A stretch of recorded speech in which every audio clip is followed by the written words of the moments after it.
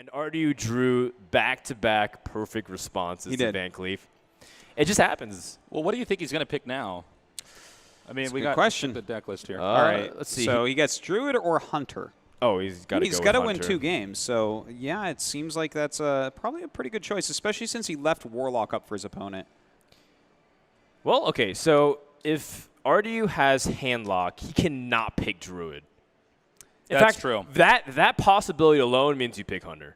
Like, just the fact that he might even have it. I mean, some people add in Black Knight plus BGH and think that the matchup becomes better. To be honest, if you have one BGH and one Black Knight, I still think it's a little bit Handlock favored. I think so, too. Even if you have double BGH, I think Handlock still stands a pretty good chance. It stands a chance. I find it much harder. I mean, well, yeah, that's true. But I think, the Twilight Drakes without Silence is just so problematic for Druid. Yeah.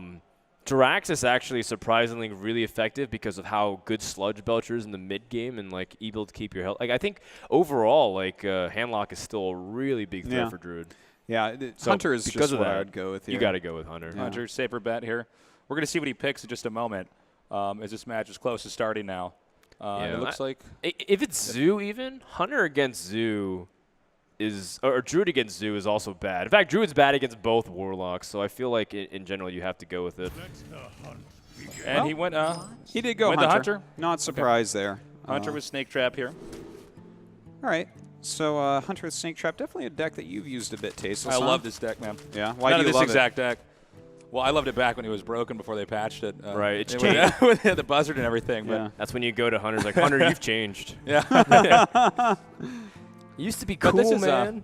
This is a pretty good trap still to use. I mean, it's quite strong. I think, again, you're pushing as hard as you can for a turn 1 play. All right, well, there you go. He gets 2 of them. Hey, not a bad draw. All right. Loot Hoarder feels like so anti-tempo against Rogue, where it's so easy and vulnerable to its hero power, and Rogue is okay giving up 2 health to get up its hero power in the first place. Yeah. So overall, I would push a little bit harder for all 4 cards, but it worked out okay for Yone.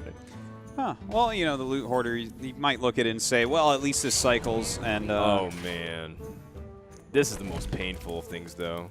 I think you can make a legitimate case to backstab this. You could. Here's my problem with that, Frodan. Whoa! Okay. Well, this just means he wants to use SI7 plus backstab. You're like the intro for Jackie Chan Adventure. It was like, wow! I remember that cartoon. Yeah. Jackie Chan Adventures. Wow. It's like with Uncle Jackie. Yeah.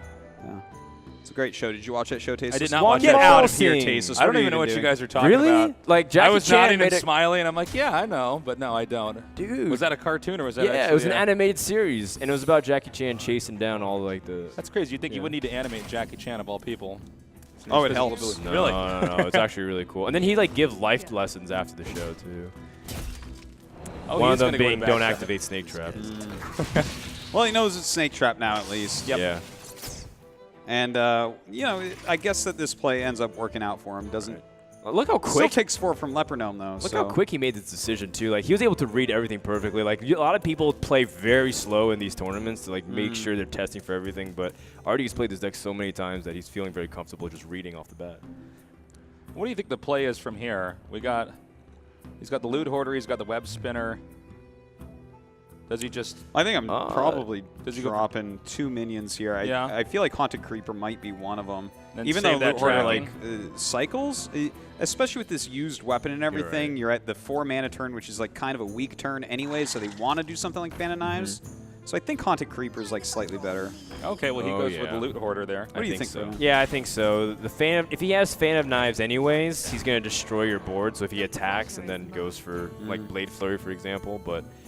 at least by doing this, he's going for a lot of cards in his hand. And maybe he can play the game where Rogue runs out of ways to kill an opponent, and then RDU stall him out. Yeah, exactly. Was that the Beast? Was it the Beast? Was it? Oh, no, Corehound. I'm sorry. It was the Corehound. Well, Corehound is pretty good, guys. What do you guys think about coining out the Sludge Belcher here? I think you got to save it for Corehound. Well, he has Snake Trap up. That's what I was thinking. With Snake Trap up, you can force the trigger into that. The interesting thing is your opponent also used AoE, so Haunted Creeper is actually a little bit more powerful too, and it's on curve. you can actually have a really good set of turns with Well, I was going to say you could play 2 minions here, play Sludge Belcher the next turn, and then coin out Core Hound. But, of course, that was assuming Core Hound was a playable card. So. Core Hound is a playable card. You take that back, Frodan. That's right. All right, another backstab drawn here. Yeah, that's not the greatest. Yeah, not too handy right now. Did Web Spinner draw another Web Spinner, by the way? Did I see that correctly? I'm not sure. Because he had Haunted Creeper earlier, that's right. So yeah, he drew his second no, he drew Spinner. Core Hound. yeah. Of course, that was like a... Okay, so we have the second secret trigger here. And we don't know what that is just nasty. yet. Well, I think at this point he's just kind of racing anyways. Right, yeah, exactly. Thalnos to draw. Yeah, he has to play Thalnos, but... So this is freezing trap for sure. Yeah, for sure that's freezing. So he has Leroy in the deck possibly as well. There's a Shadow Step. A kill command here. Yeah, he has to have Leroy if there's... Well, I guess he could play like Arcane Golem or something. Also true. But I would guess it's Leroy. Okay, well, I mean, now that he sees his opponent is racing and he has Sludge Belcher, I feel like this is a logical conclusion. Yes. Yeah, you got to be able to sandbag this damage at least. Oh, you do. So you he draws the. Oh, nice, not bad. Draws the high main there. That's not bad. That fills his curve right in, doesn't it? Yeah. I think so. Well, turn 6 could be an easy one here for him, but still he's in his tough spot. Huh? Okay, Sap. That's unfortunate. Well, at least it does get the... I mean, it's coming down next turn anyways. Yeah, it is. But if he has to attack into that, he gets 3 beast tokens to 3 snakes. So yeah, doesn't really want to give that. I think I would have been comfortable playing Azure Drake instead. This is really interesting. Yeah, I think I agree with you on that one. Because now he doesn't have a response to the high main. No, certainly. And I mean, it didn't even matter that Web Spinner gave him a high main because I don't think 2 high mains are going to matter really. Oh, okay. No, he is going to go for the high main probably here. Is there much merit to dropping the Belcher again here? I don't think so because I feel like the high main's the way to go. He has a 5-charge dagger that's waiting for the Belcher to come out. Like, that's why he didn't attack last turn. He's like, oh, okay, I can kill the Belcher with this. No biggie. So I think that high main is pretty clear. Yeah, there's nothing wrong with the high main, honestly. And it's so much damage. Okay, so we got prep drawn here. He's going to get the Azure Drake out. And he draws Fan of Knives. That's actually not bad. Oh. Yeah. Because he can clear the... Oh, we can't clear the board with Haunted Creeper. This is fantastic with the Fan of Knives. Only Spectral Spiders are going to be out. Actually, now the second high main draw is a big deal. Yeah, you're quite right. Artosis, did you know that people swallow 10 spiders a year? That's not even true. No, it's not true. It's a lie. So I heard that from somewhere ridiculous. I don't know why you would lie to the viewers. Why would you lie to these nice people watching at home? Well, we get an animal companion here. Yeah, it might be useful for kill command to finish the game, but I think from this position, you're more concerned about what this Azure Drake represents. Is there justification for kill commanding this Azure Drake? Yeah, I think that there is. Like, you can't leave this Azure Drake out. You're at 15 health. He's got 3 cards in hand. At least one of them has been there a very long time. You've got to be careful, especially if he knows what RDU is playing. Oh, Leok is also great. Wow.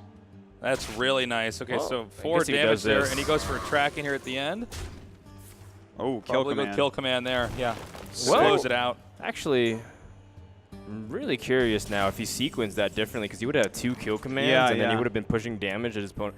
Well, either way. You're definitely right about that. Yeah. We've actually seen Yone play like a little bit too quickly too many times now. Let's see how much damage is actually available here. He's got 15 health. Sinister Strike and Eviscerate. 10 damage he has. Yeah. Yeah, and if he feels like he's not going to die, he has SI7 Shadow Step next turn. Yeah. Thing is, SI7 will be dealt with if you do not Shadow Step it. True.